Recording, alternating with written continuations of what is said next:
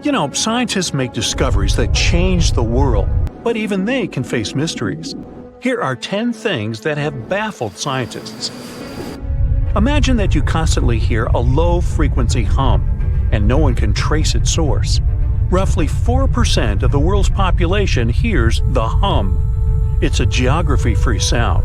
I mean, people all around the world hear it, so the name varies from Tao's hum to Auckland hum, depending on the region where it gets generated. The sound is just on the threshold of human hearing. People hear it less when they're outside, and it gets louder indoors, especially at night. What's even scarier is that you cannot unhear it once you've heard it. Some folks say it started in London around the time of Charles Dickens, who wrote A Christmas Carol, and the low-frequency sound actually comes from the humbug. Or not. Actually, the earliest cases were recorded in Bristol, UK, dating back to the mid-1970s. Scientists have various theories about where the hum comes from and why only some people can hear it. Yet they don't have a clear answer. It could occur when ocean waves move along the ocean floor. They shake the Earth when they collide with continental shelves. Or this might be happening because of volcanic eruptions and earthquakes. Oh, and how about ultra-low frequency radio signals used to communicate with submarines or even 5G? Upsweep is another type of unidentified sound. It was discovered in 1991 in the Pacific Ocean. The sound is high enough to be recorded throughout the ocean. Scientists theorize that the sound could be related to underwater volcanic activity. Interestingly, the volume of the sound has been diminishing compared to its volume when it was first discovered, yet it still can be detected. Plus, it's seasonal. It reaches its highest volume in spring and fall. Is it related to seasonal changes? No one really knows for sure. The next mysterious thing is a cone-shaped monument found in the Sea of Galilee in Israel. This monument was discovered accidentally by sonar scanning in 2003, but the findings were published only in 2013. The monument weighs 60,000 tons. It was once submerged by rising waters. Archaeologists say the monument is enigmatic because they can't figure out where it's from. They don't know what it's connected to or its function. So this big and unusual thing remains a mystery. Now let's move to Göbekli Tepe, Turkey. This place offers you one of the most archaeologically significant sites in the world. Why is it important? Well, it has massive carved stones about 11,000 years old. To put it in perspective, they're 6,000 years older than Stonehenge. Ancient people placed these stones before they began farming or crafting metal tools or pottery. So the existence of this place goes against the chronology of civilization we're familiar with, where people farmed first and built second. Apparently, it wasn't like that.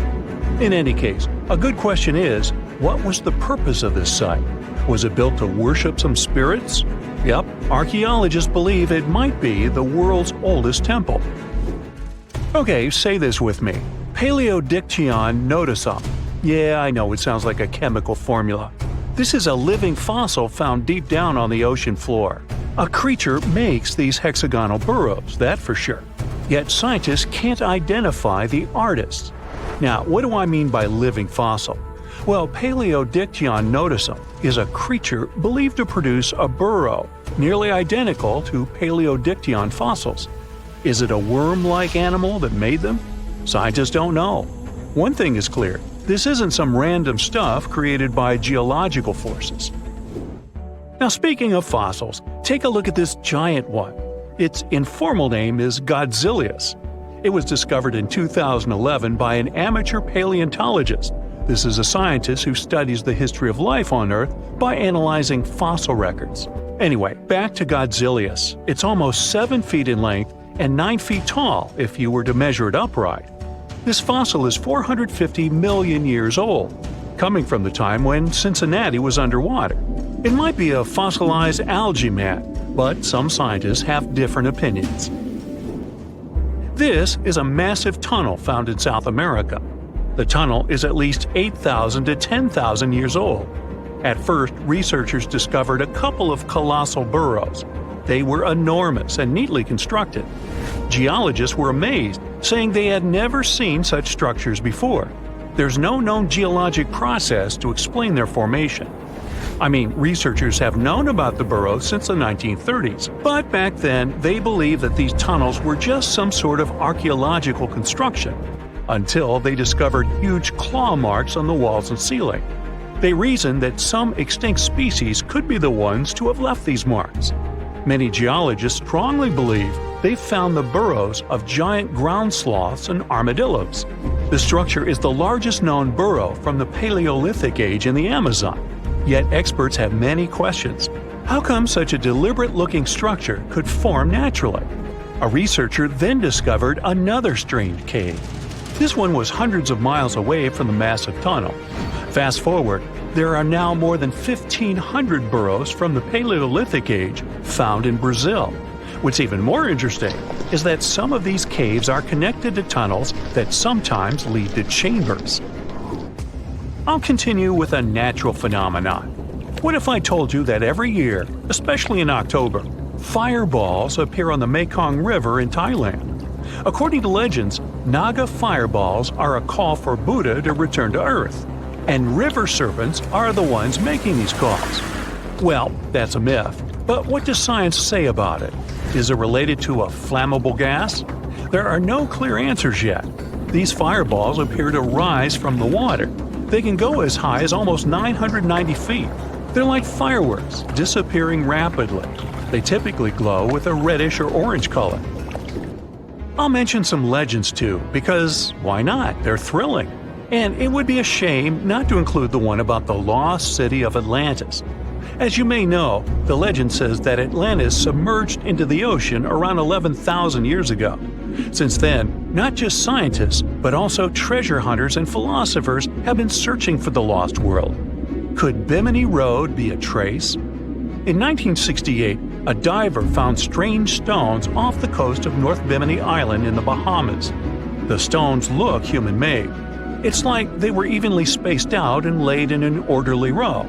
It baffled scientists, but not for long. Carbon dating analysis of the blocks revealed that geological forces created the road naturally. There weren't any tool marks or signs indicating that the blocks had been stacked or something. The research is continuing, but yeah, scientists generally believe that the rocks were created by erosion. Well, I guess the time of Atlantis hasn't come yet. Okay, picture this. You're wandering on the beach, and you see dozens of octopuses walking past. In 2017, a group of people from Wales witnessed exactly this. Why did these creatures come out of the ocean? No one knows the answer. The group reported that they had seen 20 to 30 octopi crawling on the sand. The people looked for some signs of injury, but found nothing. They said that they had carried the animals back to the ocean. Interestingly, these creatures kept crawling onto the shore when people were asleep. Experts say that it's hard to be sure of the reason that pushed the animals to the beach without conducting a physical examination. They're still speculating about the reason behind this unusual and rare occurrence. Could it be overcrowding? Furthermore, the octopi were well armed. A separate study points out that the more fishers hunt large animals that feed on octopuses, the more the octopus population grows. Maybe that's why these creatures have to go farther to find food or shelter. But without proper research, these are only theories. There's a lot we don't know about space, too. So here's a bonus fact about the yellowish source of life in the solar system. Scientists have discovered a new type of wave inside the sun. These waves move in the opposite direction to the sun's rotation. Plus, they move super fast. So fast that it's beyond our understanding. Researchers have different theories about the function of the waves. If they figure out their role, this could give them additional insight into the processes happening inside the sun. And yes, the octopi were well armed. In November 1922, a boy walked through the desert mountains of Egypt and discovered some ancient steps carved into the rock. Subsequently, this find became one of the world's largest and most significant archaeological discoveries.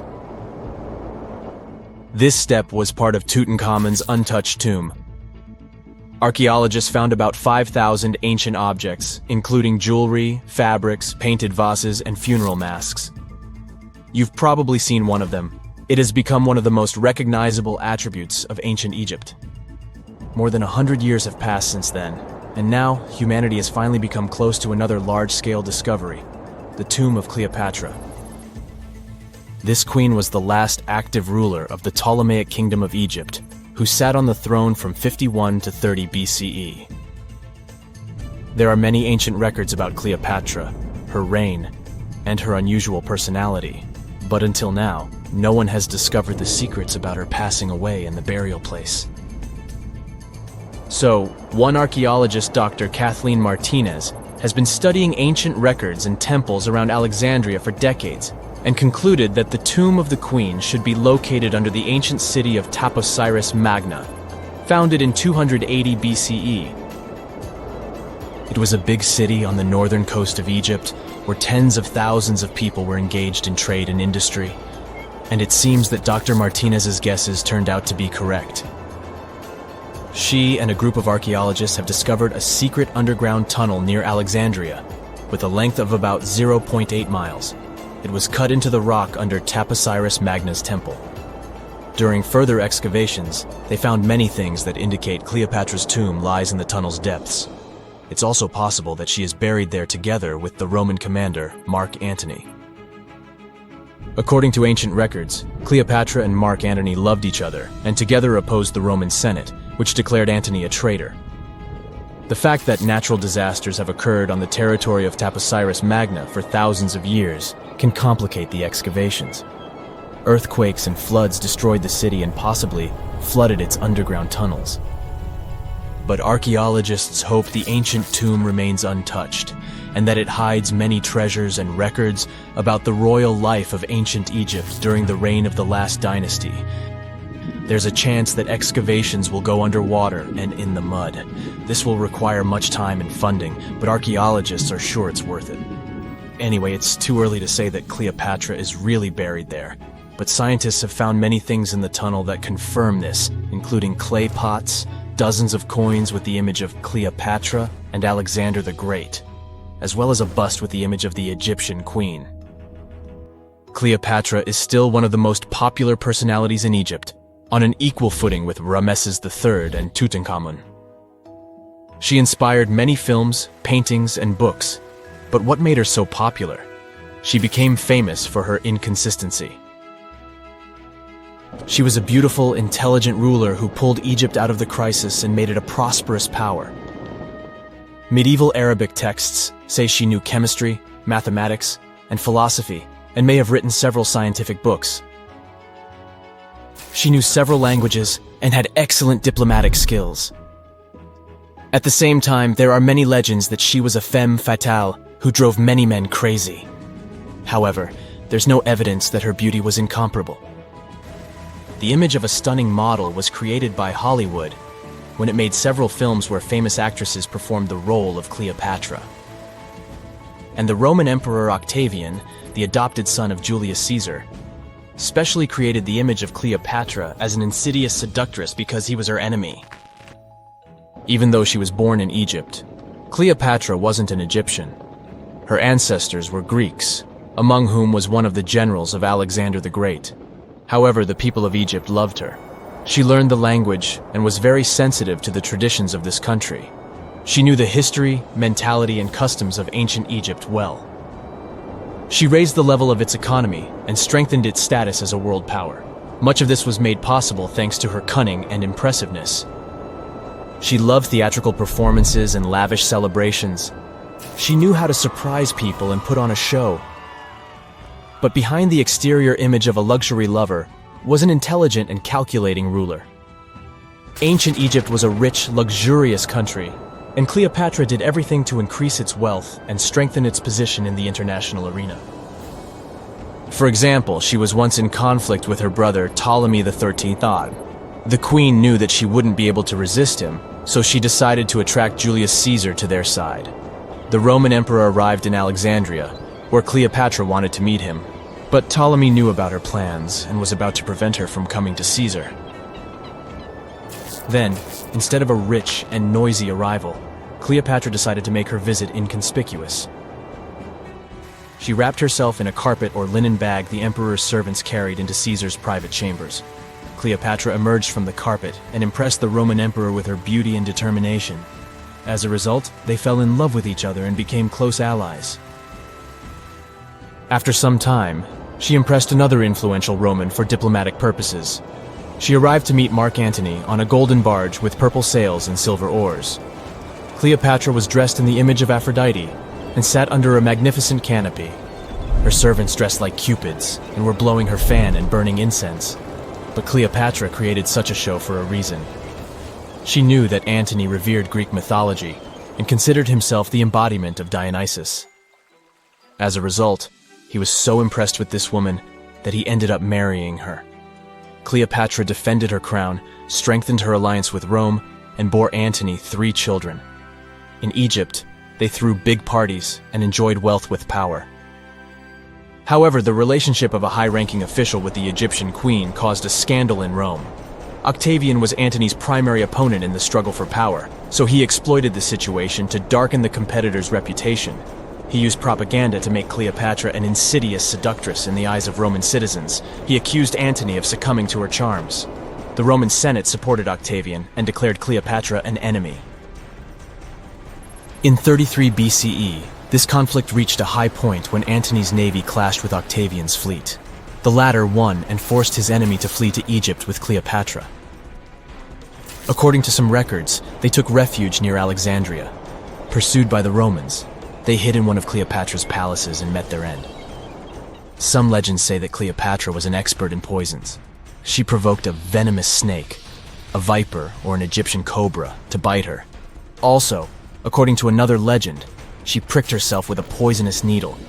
There's a theory that Cleopatra always carried an ampule with poison inside her hairbrush. And when she was cornered, she soaked the needle with this poison and pricked herself. None of this can be said for sure. Scientists are still trying to find out the truth. Perhaps when they reach Cleopatra's tomb, the world will get more answers about her tragic fate. She is considered the last ruler of Egypt. After her passing, Octavian plundered her palaces and temples and returned to Rome, where he became the main emperor. He successfully ruled the country and expanded its borders. His reign ended when he turned 75.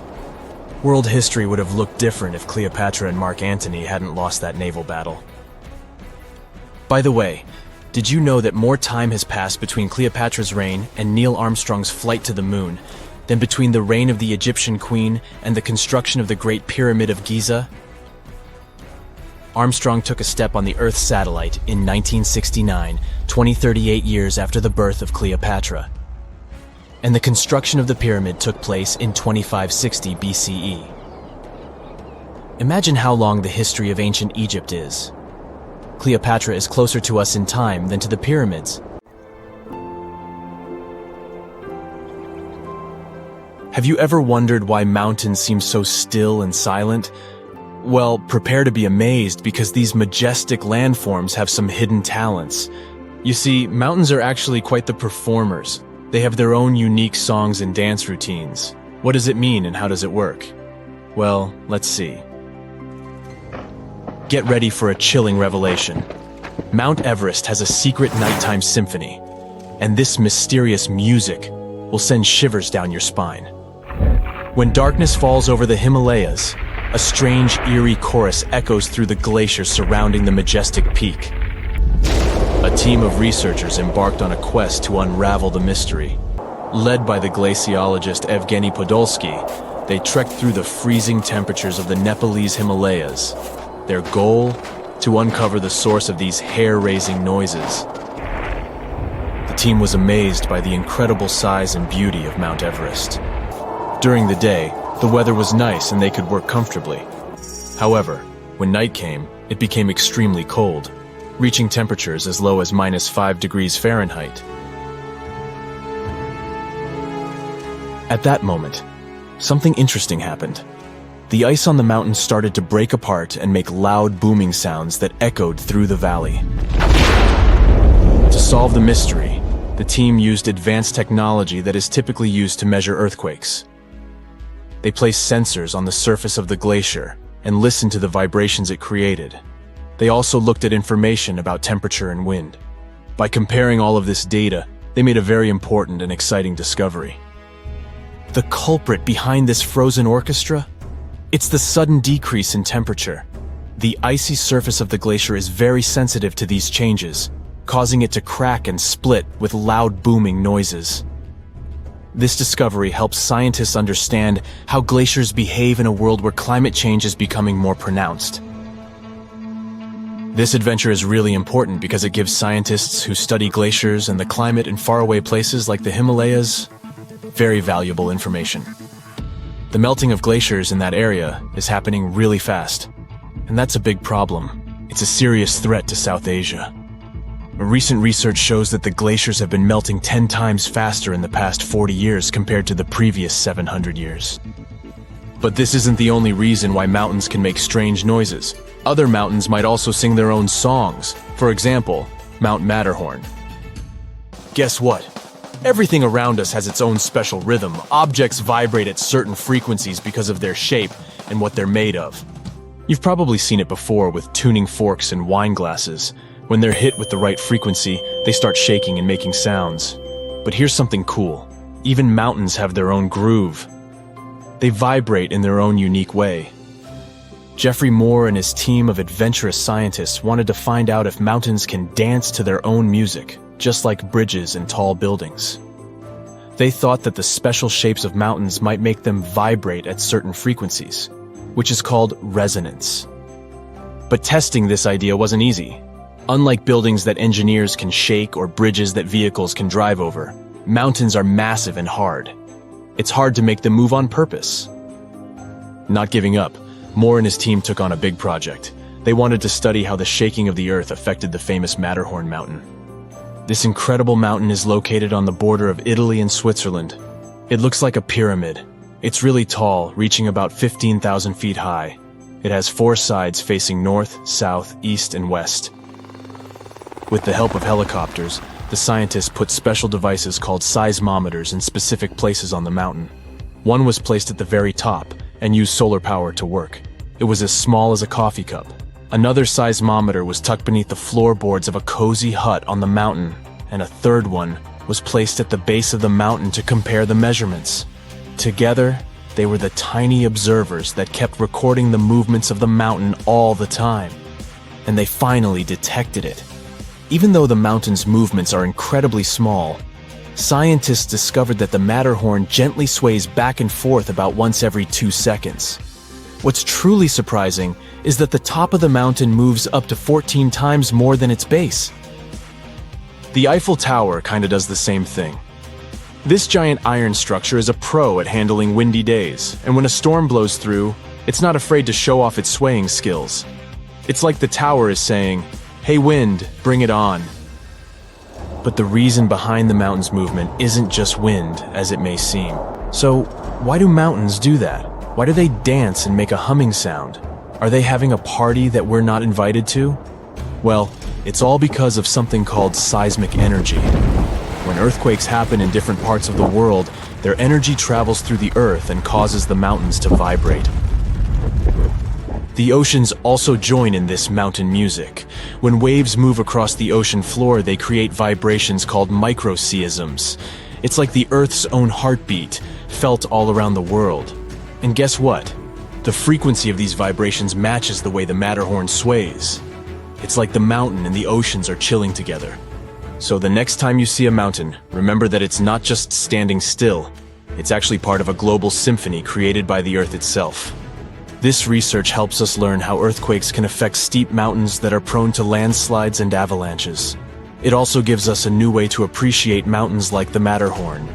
They have their own hidden songs, swaying and vibrating to a mysterious melody deep within the earth.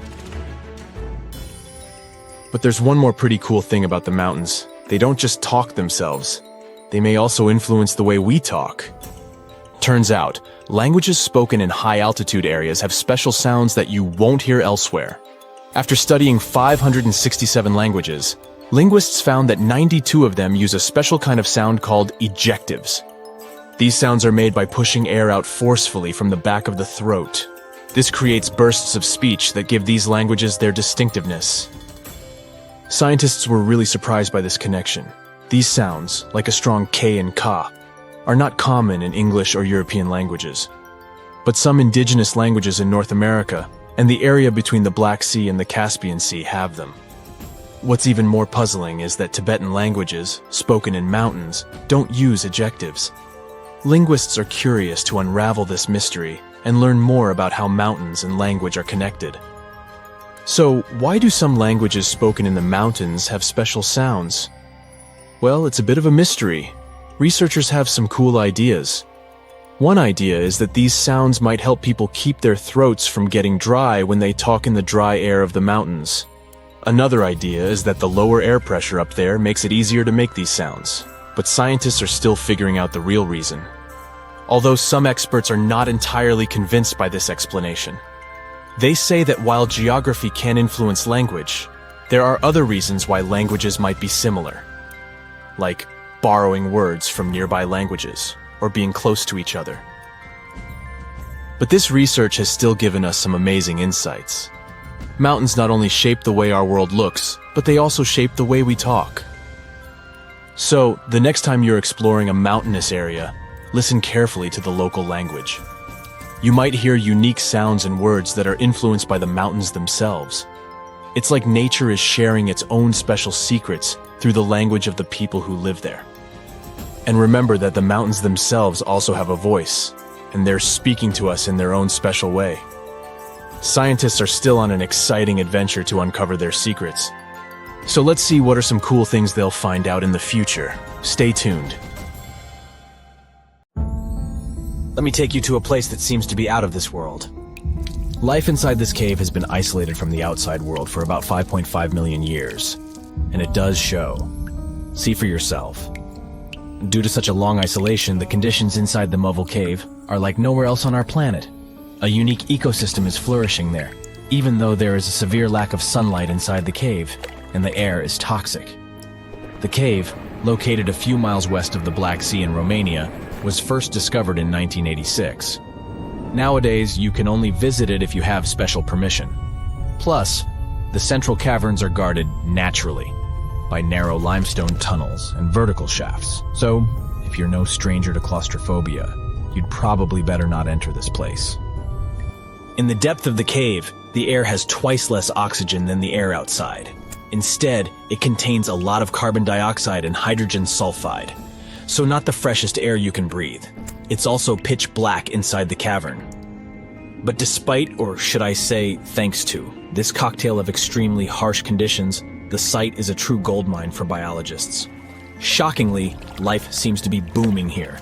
In a 1996 study, scientists identified 48 species, and 33 of them were unique to the cave. Most of the creatures inhabiting the cave are tiny, with long limbs and antennae that help them navigate in the dark. They have no vision and lack pigment, and it makes sense. Why would you need to be able to see if you live in total darkness? And why would you need to be pretty and colorful with no one to see you? Now, I'm going to take you to another cave. It's no less amazing, but looks very different. This is the Giant Crystal Cave, aka the Cave of the Crystals, in Mexico. These ginormous crystals were found in 2000 by a mining company after the water was pumped out of the cave. Two miners then saw the crystals after entering the drying cave on foot. These awe-inspiring crystals are actually massive gypsum pillars hidden 984 feet underground. They're anchored to the walls and the floor of the scorching hot cave. Scientists estimate that the crystals could have been already growing for 500,000 years. That's why many of them are so long and wide that you can walk across them. Unfortunately, visiting this wonder of nature is impossible at the moment. But maybe it's for the better, since the Giant Crystal Cave is a dangerous place that can easily turn into a trap. For tens of thousands of years, it was filled with groundwater, which was originally pushed upward into the opening by a magma chamber located in the depths of our planet. The magma under the cave kept the water hot, but eventually the temperature of the water dipped below 136 degrees Fahrenheit. As a result, the water started to fill with calcium and sulfate, whose particles began to recombine into gypsum. And then, white-tinted crystals took over the cave. And since they stayed underwater, they were able to keep growing. You don't have to fly to space to take a closer look at a black hole. Scientists have found something very similar to black holes in the southern Atlantic Ocean. A black hole has such an enormous gravitational pull that once something gets pulled inside, it doesn't have any chance to escape. Even light can't get out of a black hole. But ocean black holes seem to be almost as powerful as their space relatives. But instead of catching the light, they do the same with water. Ocean eddies are massive whirlpools that spin against the main current. They usually swirl billions of tons of water, and most of them are larger than a city. These whirlpools are so powerful that nothing trapped by them can escape. But the scariest thing is that you might not even notice heading into one of them. These things are so huge that you won't spot their boundaries until it's too late. When scientists started exploring ocean vortices with the help of satellites, they discovered the borders of several eddies. After that, they managed to prove that, mathematically, these whirlpools are the same as mysterious black holes in space. Massive eddies are surrounded by super-tight barriers where fluid moves in closed loops. Even water can't get out from the inside of these loops. That's why tight ocean vortices play the role of enormous containers. Water inside them can be totally different from the ocean surrounding an eddy. And I'm not only talking about its temperature. The salt content inside and outside a whirlpool often differs as well. On the thin Curonian spit splitting the Baltic Sea from the Curonian Lagoon, there is one of the most bizarre places on Earth. Locals call this area the Dancing Forest because pine trees in this forest have shockingly unusual shapes. They twist in spirals and circles along the ground. There are some theories why it could be happening, of course. Some people claim that huge amounts of positive and negative energies once clashed in that spot. More down-to-earth individuals believe that the reason is geological. Sandy soil in the area is too unstable to hold trees growing upright. The most popular is the idea that strong winds blowing from the water influence the shape of the trees. In any case, experts haven't come to the final conclusion yet. Look at these underwater crop circles. For the first time, they were spotted in 1995, close to southern Japan's coast. Local divers called these 7-feet-wide structures mystery circles. The enigma had been plaguing many minds for almost 16 years until the culprit was finally caught. Imagine the researchers' surprise when it turned out to be a male pufferfish. The fish needs a bit more than a week to build one circle, and the aesthetics are obviously crucial.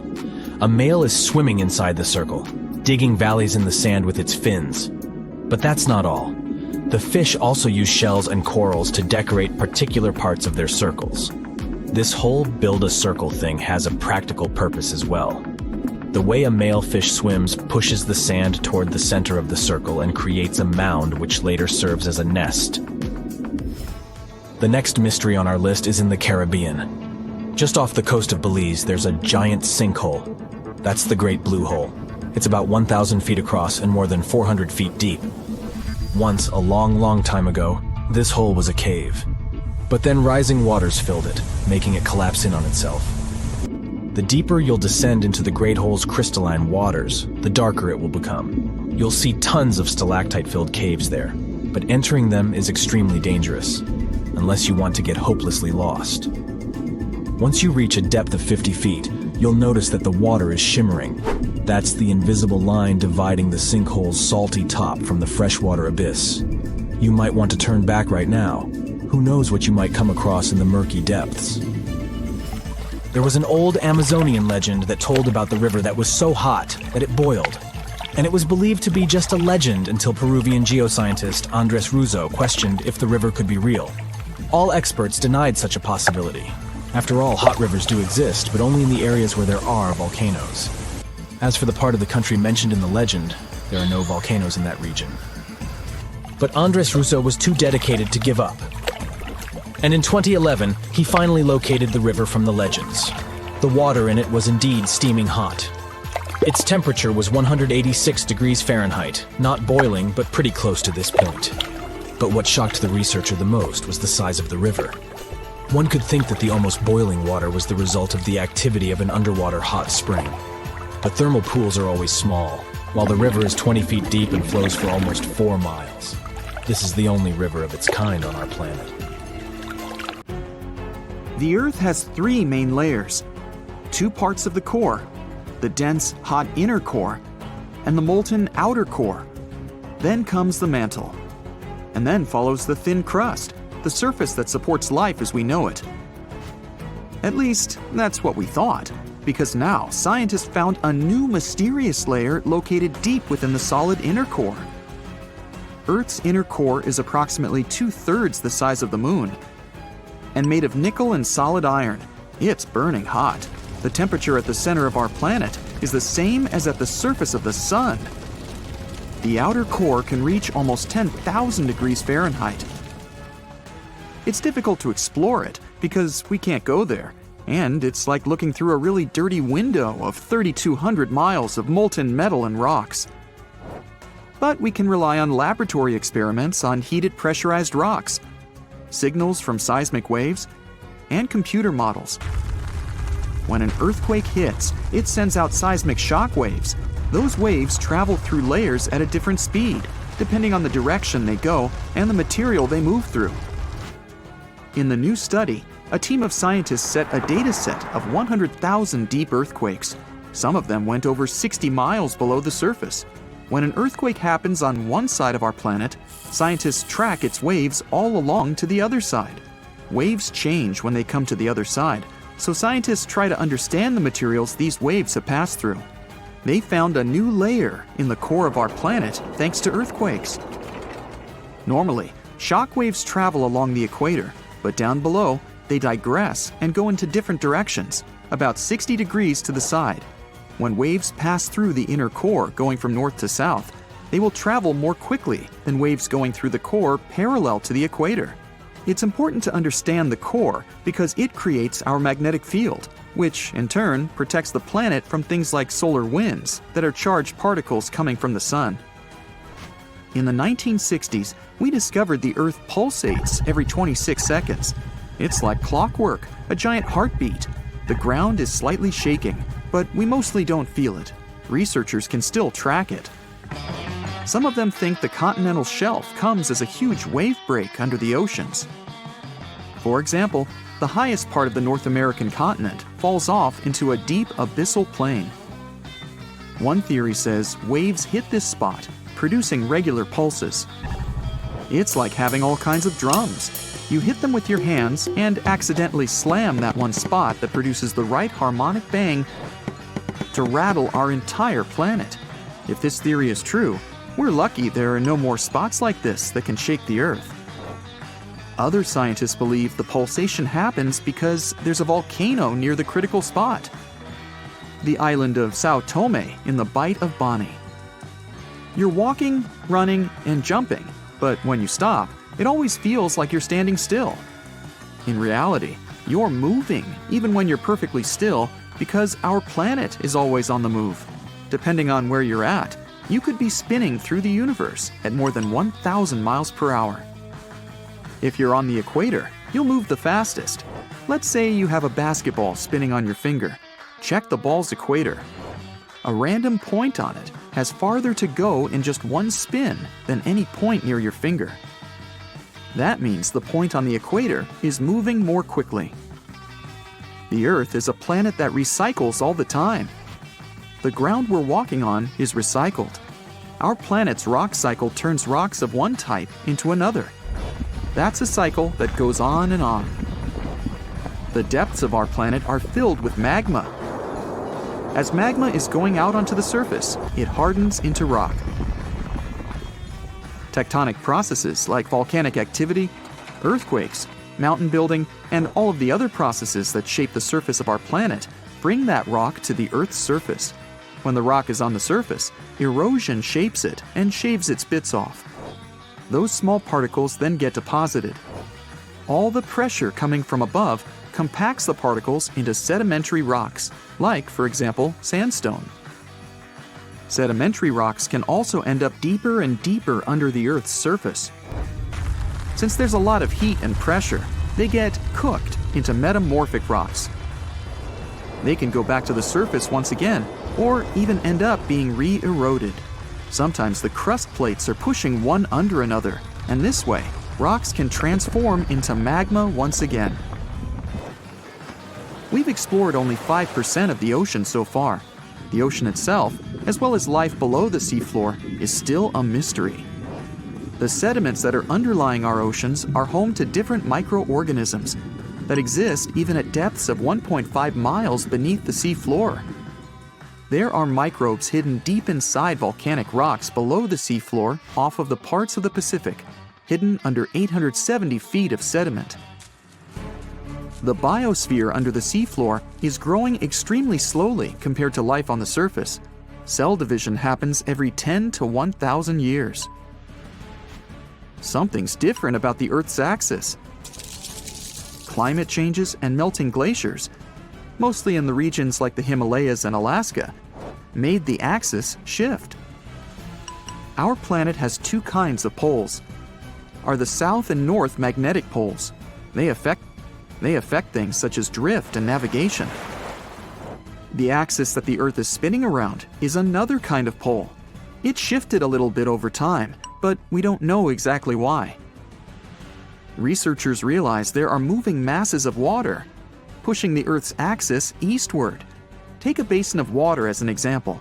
If you're moving it back and forth, sloshing makes the water move its weight all around. A similar thing is happening on a planetary level. No matter how large an earthquake is, no human could ever feel an earthquake on the opposite side of the Earth, although some people claim they did. In 2013, there was one near the Kuril Islands with a magnitude of 8.5. It went around 400 miles deep. It was so strong, people in Australia reported they could feel the ground shaking. The strongest earthquake happened in Chile in 1960 with a magnitude of 9.5. The rupture zone stretched from 311 miles to almost 620 miles along the country's coast. Earthquakes with a magnitude of 10 or higher can't happen. The magnitude depends on the length of the fault where it occurs. The longer the fault, the bigger the earthquake. A fault is a break in a part of the planet's crust. It has rocks on both sides, and they move past each other. We haven't found a fault long enough to generate earthquakes with a magnitude of 10 or more. If it happened, it would extend around most of our planet. An earthquake with a magnitude of 12 would require a fault larger than our planet. One side of our planet is getting colder than the other. The Earth has a system that keeps it warm from the inside, a red-hot liquid interior deep below the surface. It spins and, at the same time, generates a magnetic field and gravity. That way, the Earth's core holds the atmosphere closer to the planet's surface. The Earth also absorbs heat from the sun, mostly on the surface. The heat doesn't spread equally on all parts of the Earth. One side of the planet, the Pacific Hemisphere, is losing heat more quickly than another, the African Hemisphere. This happens because land traps more heat than the surface under the ocean. The seafloor is way thinner than the landmass. Also, the temperature caused by the heat coming from inside the Earth is getting lower because of huge amounts of cold water above it. Clouds are not just like some fluffy distant pieces of cotton.